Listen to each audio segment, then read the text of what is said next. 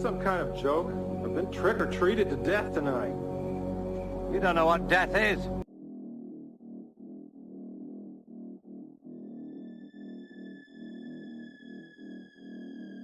What's going on, horror fanatics? Welcome to I Shot Him 6 Times YouTube horror movie channel. As you know, I'm your host and creator of the channel, Marcus, and in this video I will be discussing I Know What You Did Last Summer Reboot writer Leah McKendrick's interview with Collider as she teases a slasher for the social media age type of film for the upcoming project. If you haven't done so already, please shoot this video a like. It definitely helps out with the YouTube algorithm a ton, as well as if you happen to be a new viewer to this channel, please shoot that subscribe button as well as that notification icon so you get all the latest content updates to the channel, as well as if you would like to become a member here to the channel, shoot over to the channel dashboard and shoot that join button that you see displayed.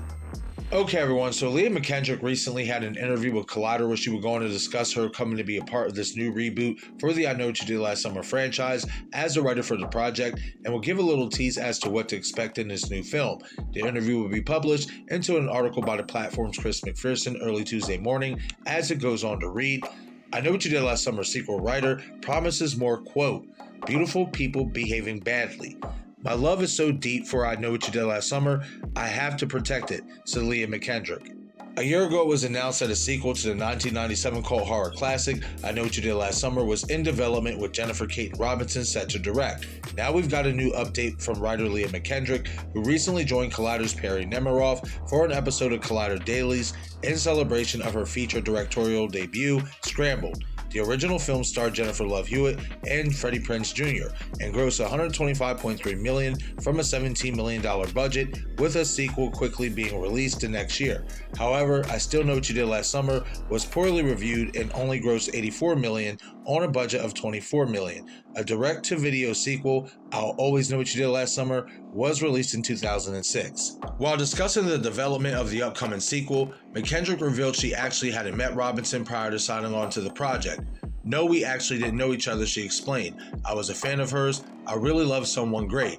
I think it's an incredible modern romance, and I just love the IP. I love the original film. I grew up on it as well, and I was really missing horror because my first film, MFA, this small indie, is a rape revenge film. I grew up on horror. That is my heart, and I feel like sometimes people don't believe me or something, and I don't know if it's because I'm a chick. I don't know if it's because I write a lot of rom-coms. I don't know if it's about the way that I look. I don't know, she exclaimed. But it's like I always have to keep knocking on that door. Like, I love horror films. I want to do horror films. Everybody's like, that's so awesome. Here's a rom-com to write. That's amazing. Go write this cute rom-com for teenagers. And I'm like, no, I want to cut heads off. I want to have blood all over the walls. Leah McKendrick is protective of the I Know What You Did Last Summer franchise. McKendrick confessed prior to signing on that she had been turned off by the prospect of big-budget studio intellectual properties, having seen her Grease prequel kill at the last moment. But when the prospect of reawakening a beloved horror series from her formative years landed on her desk, she couldn't say no to a meeting. Then finding out Robinson was in charge, and thus meeting her, was the final straw as she broke her word to avoid dreaded IP. Without wanting to delve into the spoilers for the film, McKendrick confessed that as an original fan of the series, she was delighted by the thrills and spills they've cooked up for the sequel. She told Nemiroff, so I kinda said I'm really burnt out on the studio big IP. They had killed my Grease prequel at Paramount, and I was like, I can't build from the ground up over many years for an IP that I don't have ownership of at all. And then my team called me and they're like, so we know you said you didn't want to do any of that anymore, but they're thinking of bringing back I Know What You Did Last Summer. And I was like, maybe one more. The reason I was able to go in is because it was a Sony film. I have a relationship with Sony, and the producers I also had a relationship with. And I found out it was Jen that was going to be directing it. And more than anything, I thought, because my love is so deep for I Know What You Did Last Summer, I have to protect it. I must protect it. I can't let this be like cheesy and a cash grab. Not that anybody was going to make it that, but you would get it, Perry. When it's like they're rebooting something that you love so deeply from your childhood, you're like, I know how we can do this and not make it cheesy. And it can stay true to the mythology, and we can bring back the OGs, and it can be a culmination. You have all these ideas. So I met with Jen. Jen is so cool. Jen is so smart. Jen is just like down to try some edgy, cool ass shit. And I was like, I'm going to give this my best shot. And I pitched. All they told me was they were like, we need to know the accident, the event that kicks it off, and know who the killer is. Because they knew that if I had to do a whole fleshed out process of pitching, I was probably just not going to do it because my heart had been so broken by the reboot game. But when they told me that, I was like, I know what I'm going to do. And no spoilers, but I will say that I think if you're an OG fan like me and you, I think you're going to be happy. I think you're going to get it. Part of McKendrick's excitement for the project is rooted in the thrill of working alongside Robinson. During Collider Dailies, McKendrick shared high praise for the young filmmaker, insisting that Robinson is easily the best director for the project. Jen knows what she's doing, she stressed. We worked hand in hand molding it for my pitch. We went in and we just got our hands dirty and dug in. She is not afraid of certain things that I would be afraid of as a director. Like, she's thinking spectacle. Because she's an experienced director, she's ready to knock out some really complicated ideas in big hills. She is unafraid, I will tell you that. It is going to be a wild, fun ride. I'm really excited. Leah McKendrick promises the sequel will remember why fans loved the original. Lastly, Nemiroff asked McKendrick about the ideas behind the film and how she and Robinson plan to bring something new to the table while honoring what had come before it. The good news for fans, she knows exactly what we all want to see from a horror film like this. Beautiful people behaving atrociously, McKendrick said. Oh my gosh, that is so the $1 million question. Laughs. I mean, it's hot people doing questionable things, right? At its core, I think it really reckons with some big ideas about hero and villain. Right and wrong, how your skeletons come back to haunt you. And in the age of the internet and the age where fame is such a revered concept, the creation of TikTok and social media, who is Julie James in a world where there are no secrets anymore? I already feel like I'm saying too much, but I think at its core, if you watch the original, I don't know if you watched it recently, I obviously watched 8 million times while working on it, but it's fun. It's just a popcorn, wild ride. It's campy at times. Jennifer Love Hewitt is so hot. Freddie Prinze Jr. is so hot. Sarah Michelle Gellar, Ryan Phillippe, they're so gorgeous. It's like beautiful people behaving badly. You just can't get enough of it. There's a lot of that in this film. Alright everyone, so I left a link to this interview in the description box below if you'd like to check it out. I actually advise you to check it out. I think it's a really good interview. I like how real and open Leah is in this interview, especially when going into details about her stepping away from doing big IPs before subsequently being offered a dream job as the new writer for the I Know What You Did Last Summer reboot. Now, I do want to clarify that I don't know for certain if this new film will focus on new characters or a new protagonist to merge with the Julie James character. That is just an assumption based on how previous legacy films of other franchises have turned out. For all I know, this new movie could just be a Julie James focused film, which is why I think Leah's tease about social media playing a role in this new story for the character is very interesting. Now, what stands out in this interview in regards to the film is her quotes about beautiful people acting atrociously as the theme or the message, if you want to call it that, and how can Julie James fit into a world of social media where your secrets are no longer safe. Starting off with the first quote, it does fall in line with what we saw in the original film from the standpoint as to why Julie James and her friends were targeted by Ben Willis to begin with. The group were just graduating high school. 3/4 of them were heading off to college to begin a new chapter in their lives, celebrating 4th of July. Pretty typical teenage stuff, showcasing the quote-unquote beautiful side of their humanity. But then you get the flip side of these same seemingly harmless group of teens who not only commit a terrible accident thinking they've killed someone, but when it comes to making the right decision to turn themselves in and report the incident to save their own promising futures, they decide to do the complete opposite, leaving the man left for dead, showing that even genuinely good people can behave in a manner and make decisions that are deemed unacceptable. The definition of beautiful people acting atrociously, especially when it comes to the Julie James character, when you really break it down and think about it.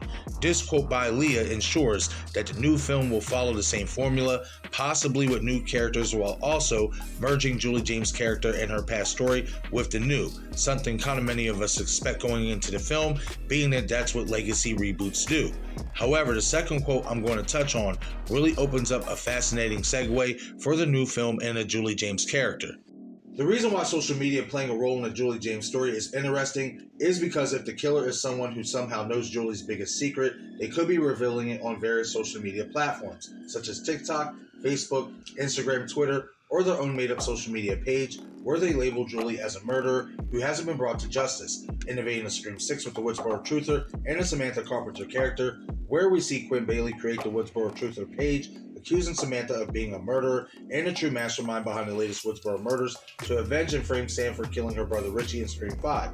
How the I Know What You Did Last Summer reboot can adopt this but make it more compelling in my opinion is by having this new killer know and reveal the entire truth about what happened that night with Julie and her friends, because unlike the Samantha Carpenter character, Julie James actually has done something that she was never punished for legally.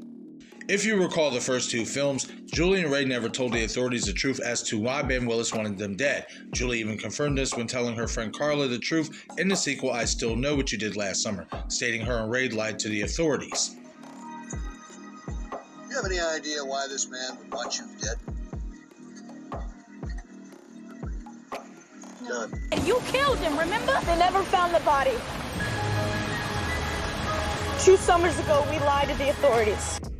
So by Julie and Ray lying to the authorities, that obviously would mean their biggest secret and the truth of Ray hitting Ben Willis with Barry's car on 4th of July back in the original film in 1997 was never told outside of the friend group, because if it had, they would have been charged with a crime and at worst would have went to prison, as Julie acknowledged in the original. Don't you get it? If there's some of him on the car, there's some of the car on him. They're gonna trace it back to you. You're looking at a hit and run.